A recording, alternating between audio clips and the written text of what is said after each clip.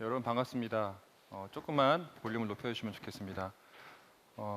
제가 지난번 설교 때도 비슷한 말씀을 드렸었는데 이번 주일도 여러분 청춘 설교를 준비하면서 제 마음속에 좀 그런 소망이 있었습니다.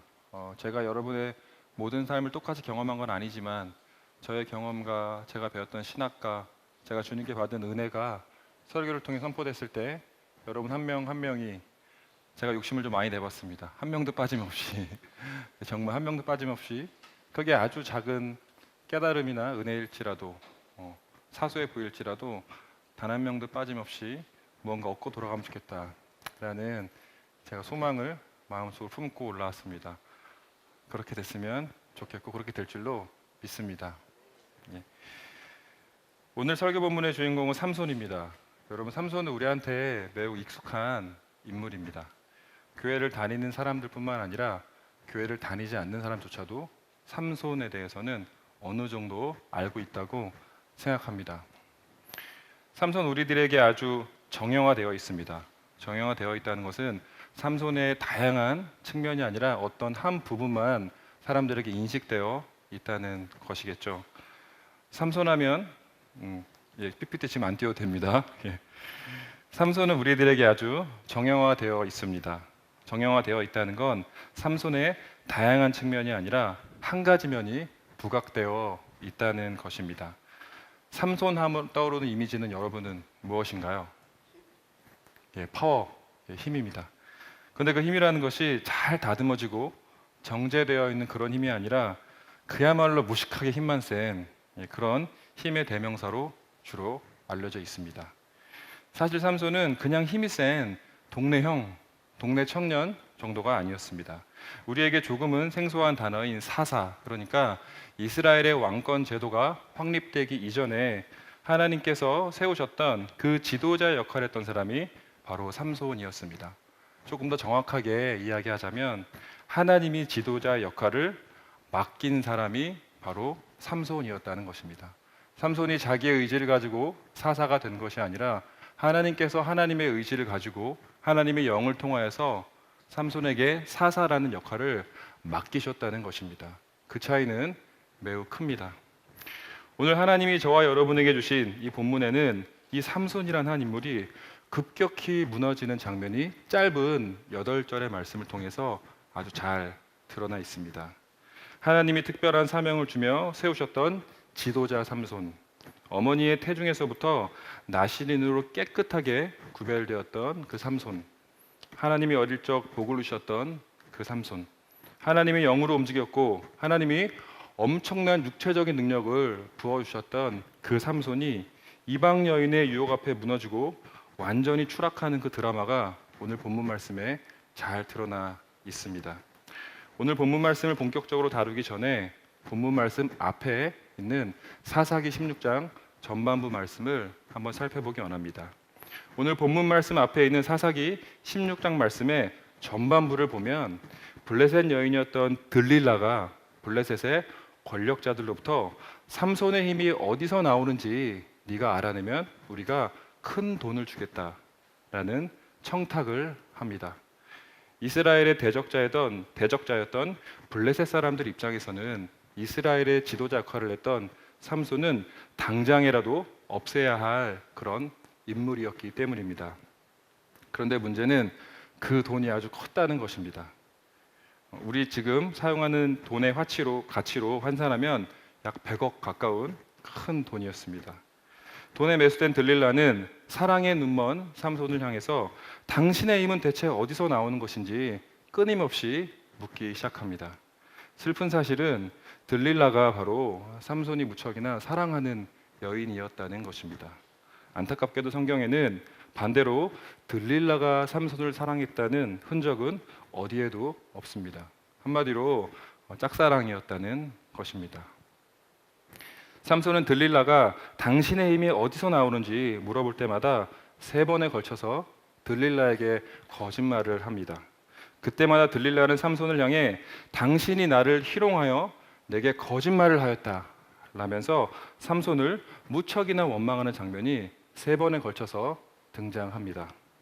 사랑의 눈이 멀어서 정상적인 판단을 하지 못하던 삼손은 들릴라에게 완전히 빠져서 이 사랑하는 여자로 인해서 자신이 목숨을 잃어버릴 수도 있다라는 사실을 까마득히 잊어버립니다. 들릴라는 포기하지 않고 더욱더 집요하게 삼손을 향해서 대체 당신의 힘이 어디서 나오는지 계속해서 묻습니다. 성경에서는 들릴라가 삼손을 재촉했다라고 표현하고 있습니다. 조금 더 정확한 뜻은 심하게 압박하다, 억압하다, 괴롭히다 라는 의미를 가지고 있습니다. 들릴라가 날마다 삼손을 심하게 압박했다는 것입니다. 그리고 이어지는 오늘 본문 말씀 첫 번째 절을 보면 삼손의 마음이 아주 잘 표현되어 있습니다. 성경에서는 삼손의 마음을 두고 이렇게 표현합니다. 제가 읽어드리겠습니다. 들릴라가 날마다 그 말로 그를 재촉하여 졸음에 삼손의 마음이 번뇌하여 죽을 지경이라 라고 성경은 삼손의 마음을 표현하고 있습니다. 사실 이 정도가 되면 너 같은 여자는 필요 없어 라면서 단호하게 들릴라 곁을 떠나는 것이 정상이겠지만 삼손은 그러한 결단을 하지 못합니다. 좀 답답하지 않습니까, 여러분? 참 쉬워 보이는 문제인데 말이죠. 근데 사실 저와 여러분들에게도 삼손과 비슷한 상황이 꽤나 자주 밀려온다는 것입니다. 저리 가 라고 한마디 하면 해결 가능한 상황이지만 그냥 발걸음만 옮기면 해결 가능한 상황인데 그냥 딱 5초만 참으면 해결할 수 있는 상황인데 딱 1분만 핸드폰을 안 만지면 해결 가능한 상황인데 그 작은 결단을 하지 못해서 저와 여러분도 마찬가지로 끙끙 앓을 때가 참 많이 있다는 것입니다. 사실 우리들이 무언가를 결단하지 못하고 끙끙댈 때 그건 성령 하나님께서 저와 여러분들에게 어떠한 메시지를 주고 있다는 의미입니다. 우리들이 엉뚱한 행동을 하려고 할 때 성령 하나님은 재웅아, 정인아, 그건 아닌 것 같아 라는 메시지를 쓱 밀어 넣으시기 때문입니다. 삼손은 지금 들릴라로부터 밀려오는 유혹과 성령 하나님이 주는 메시지, 이 두 가지 메시지 사이에서 무척이나 갈등하고 있습니다. 우리들이 독자의 입장에서 성경을 읽는 입장에서 성경을 바라볼 때 이 삼손의 모습을 바라볼 때 너무나 답이 명쾌해 보이지만 삼손은 번뇌하여 죽을 정도로 갈등을 하고 있습니다. 삼손의 상황을 표현한 사진을 제가 하나 보여드리겠습니다. 앞으로 가면 떨어져서 죽을 게 분명하고 고개만 한번 돌려서 뒤로 향하면 말끔하게 해결될 상황인데 지금 삼손은 계속해서 앞으로 또 앞으로 향하고 있는 것입니다. 방금도 제가 말했듯 사실 이 모습은 저와 여러분의 모습이기도 하다는 것입니다. 이어지는 17절은 삼손이 진심을 드러내요 라는 말씀으로 시작합니다. 가파른 절벽 앞에 서서 그대로 앞으로 걸어가 추락을 할 것인지 아니면 뒤로 돌아서는 결단을 할 것인지 선택의 기로에 서 있던 삼손이 결국 진심을 드러냈다고 성경은 이야기하고 있습니다. 안타깝게도 삼손의 진심이 향한 것은 하나님이 아니라 바로 들릴라였습니다. 삼손은 자신이 태어날 때부터 하나님 앞에서 구별된 자라는 사실을 들릴라 앞에서 밝히면서 자신의 힘이 바로 머리로부터 나온다는 사실을 들릴라에게 털어놓습니다. 돈에 눈이 먼 들릴라는 이 비밀을 곧장 블레셋 방백들에게 알렸고 삼손이 잠든 사이에 들릴라가 삼손의 머리를 밀었다라고 성경은 이야기합니다. 블레셋 사람들이 삼손을 잡으러 들이닥치자 삼손은 평소처럼 자신 있게 일어나지만 힘 한번 쓰지 못하고 무기력하게 블레셋 사람들에게 잡혀가게 됩니다. 이 대목에서 아주 흥미로운 표현이 성경에 등장합니다. 성경은 삼손을 두고 하나 넘겨주시기 바랍니다. 여호와께서 이미 자기를 떠나신 줄을 깨닫지 못하였다라고 이야기합니다. 여러분, 그리스도인으로서 저와 여러분과 같이 교회를 다니고 예수 그리스도의 삶을 따라 살기로 한 사람들에게 있어서 무너지고 있다는 가장 명확한 증거가 있다면 바로 하나님이 자신을 떠난지도 모르는 상태입니다. 그럴 수밖에 없는 이유는 애당초 하나님과 함께하지 않았기 때문입니다. 하나님과 함께하지 않았기 때문에 하나님이 떠났다는 사실조차도 모르는 것, 그것이야말로 그리스도인으로서 무너지고 있다는 가장 명확한 증거라는 것입니다. 여러분, 제가 5년 전 혹은 20대 후반이었던 10년 전에 만약에 이 본문을 봤다면 아마 마음속으로 이런 멍청한 놈 같으니라고 라면서 삼손을 아주 한심스럽게 바라봤을 겁니다. 나는 이러한 유혹에 절대 넘어가지 않을 거야. 나는 정말 삼손같이 될 수 없어 라면서 다짐하고 아마 또 다짐했을 것입니다. 근데 제가 이번에 이 설교를 준비하며 이 본문을 다시 한번 볼 때 저는 삼손이 그다지 한심스러워 보이지 않았습니다. 바로 삼손의 모습을 통해 저의 모습을, 바로 소재웅 전도사의 모습을 볼 수밖에 없었기 때문입니다. 저 역시 삶 속에서 순간순간 다양한 유혹에 직면하며 살아가고 있습니다. 게으르게 살고 싶은 유혹, 다른 사람을 완전히 배제하고 나만 돋보이고 싶은 유혹, 나 자신을 포장하고 싶은 유혹. 제가 또 인스타를 많이 하지 않습니까, 여러분? 네. 1일 3 인스타를 원칙으로 매 끼니 먹듯이 아침, 점심, 저녁으로 하고 있습니다. 가끔 4번도 하고요. 나 자신을 포장하고 싶은 이러한 유혹, 그리고 과정을 생략하고 열매만 따먹고 싶은 유혹, 나보다 약한 사람은 완전히 무시하고 싶은 그러한 유혹, 내가 만나는 사람을 그 사람 자체로 인격이 아니라 수단으로 활용해버리고 싶은 그런 유혹, 거짓말을 하고 싶은 유혹, 그리고 똑똑한 척 하고 싶은 유혹, 완전히 자본주의의 노예로 살아가고 싶은 유혹, 그리고 운전자로서 신호를 위반하고 싶은 유혹. 며칠 전 집에 12만 원짜리 딱지가 여러분 날아왔는데요. 그럴 때마다 저희 아내한테 조용히 카톡이 옵니다. 여보 점점점. 그러면은 큰일이 난 겁니다.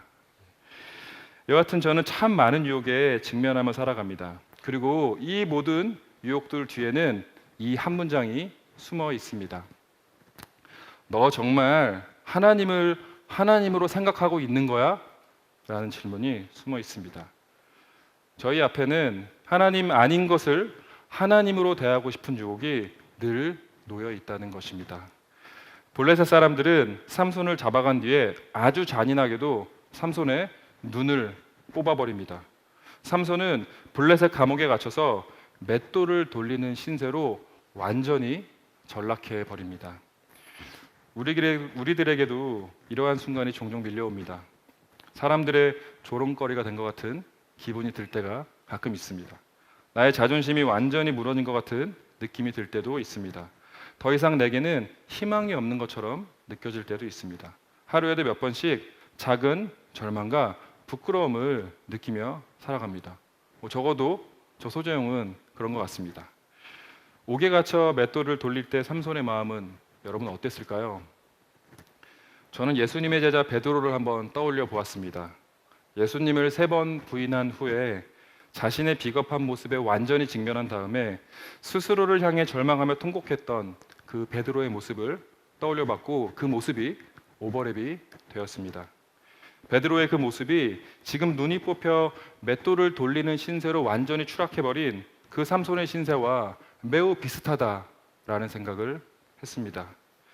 여러분, 그렇다면 베드로의 인생은 그렇게 끝났나요? 우리들은 베드로의 인생이 그렇게 끝나지 않았다는 사실을 잘 알고 있습니다. 스스로를 향해 절망하며 다시 업으로 돌아간 베드로에게 예수님이 나타나 내가 나를 사랑하느냐, 영어로 Do you love me? 라고 물어보십니다. 그렇다고 대답하는 베드로에게 예수님은 새로운 소망을 가득 채워주십니다. 우리가 잘 알고 있듯 베드로는 예수의 생명을 온 열방에 전하다가 하나님의 거룩한 부르심을 받고 세상을 떠납니다. 그렇다면 삼손의 인생은 어떻게 흘러갔을까요? 우리 함께 사사기 16장 22절 말씀을 함께 읽겠습니다. 시작. 그의 머리털이 밀린 후에 다시 자라기 시작하니라. 제가 다시라는 부분에 초록색으로 한번 강조 색깔을 넣어 보았습니다. 여러분, 교회를 다니는 사람이라면 삼손에 대해서 최소한 5번은 들었을 것입니다. 그런데 지금 방금 읽었던 22절 삼손의 머리털이 밀린 후에 다시 자라기 시작했다라는 구절을 아는 사람은 생각보다 많지 않습니다. 제가 어제 아내에게 확인해 봤더니 모른다라고 하더라고요. 얼마나 다행이었는지 모릅니다. 절망의 구렁텅이에 있던 삼손의 머리가 다시 자라기 시작합니다. 별 의미 없어 보이는 이 구절에 이 구절 하나가 삼손의 전체 이야기에 생명력을 불어넣기 시작합니다. 이것은 새로운 나실인의 서약이 시작되었고 하나님의 은혜가 회복되고 삼손의 능력이 다시 돌아오고 있음을 의미합니다. 이 작은 구절은 뒤에 몰려올 커다란 반전을 암시하고 있습니다. 눈에 뽑히고 힘을 완전히 잃어버린 삼손은 블레셋 사람들 앞에서 재주를 부리며 굴욕을 경험합니다. 그러던 삼손이 하나님께 간절히 기도합니다. 좀 길지만 저희 말씀을 함께 읽겠습니다. 시작. 삼손이 여호와께 부르짖어 이르되 주 여호와여 구하옵나니 나를 생각하옵소서. 하나님이여 구하옵나니 이번만 나를 강하게 하사 나의 두 눈을 뺀 블레셋 사람에게 원수를 단번에 갚게 하옵소서 하고. 삼손은 블레셋 사람 3,000명이 모여서 자신들의 신인 다곤에게 제사를 드리면서 흥겨워 있던 그 자리에서 그 집을 지탱하던 기둥 2개에 자신의 몸을 기댑니다.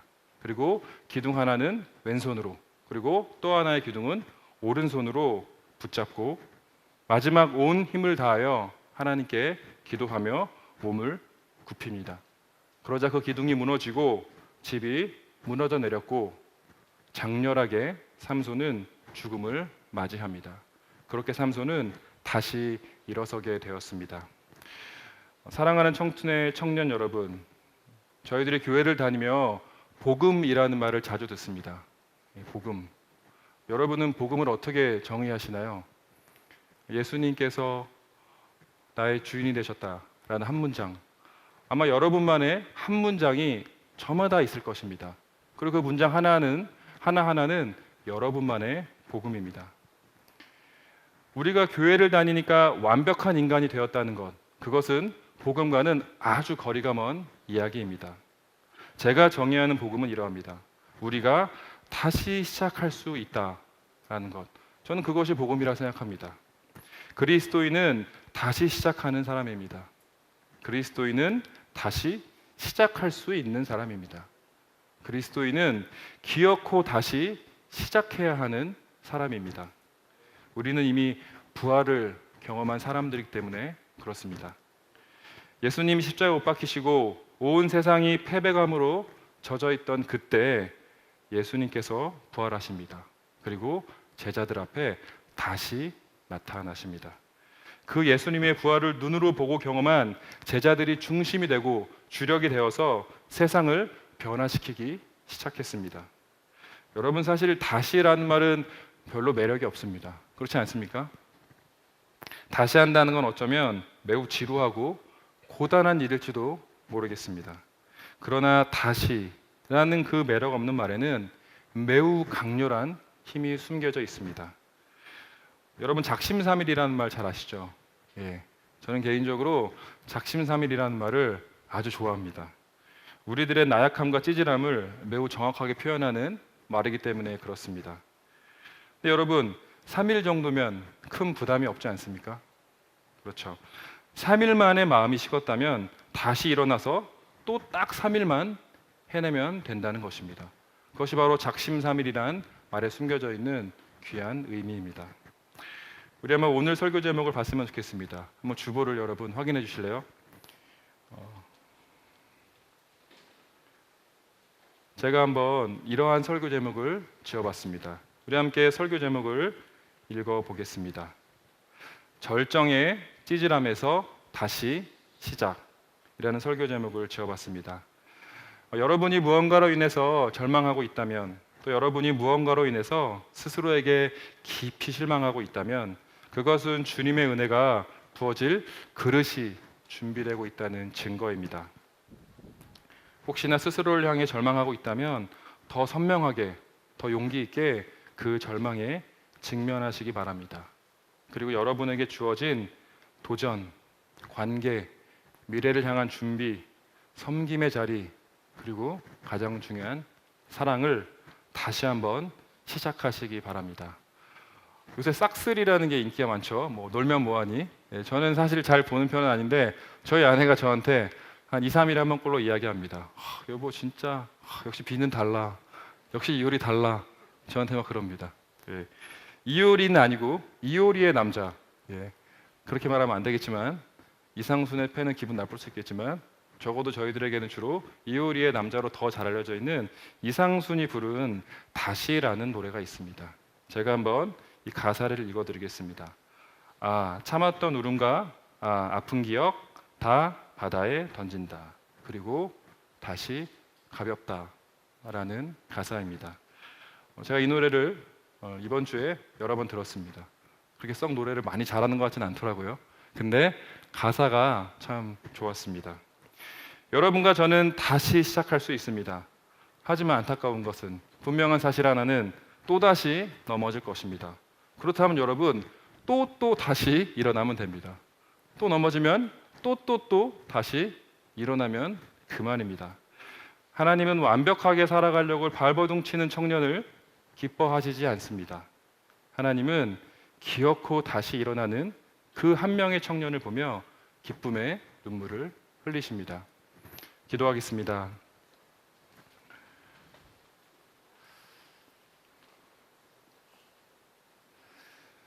주님, 삼손의 삶을 통해 깨달음과 은혜를 주시니 참 감사합니다. 주님께서 우리들의 삶을 붙들어 주시옵소서. 주님 감사합니다. 예수님의 이름으로 기도드렸습니다. 아멘.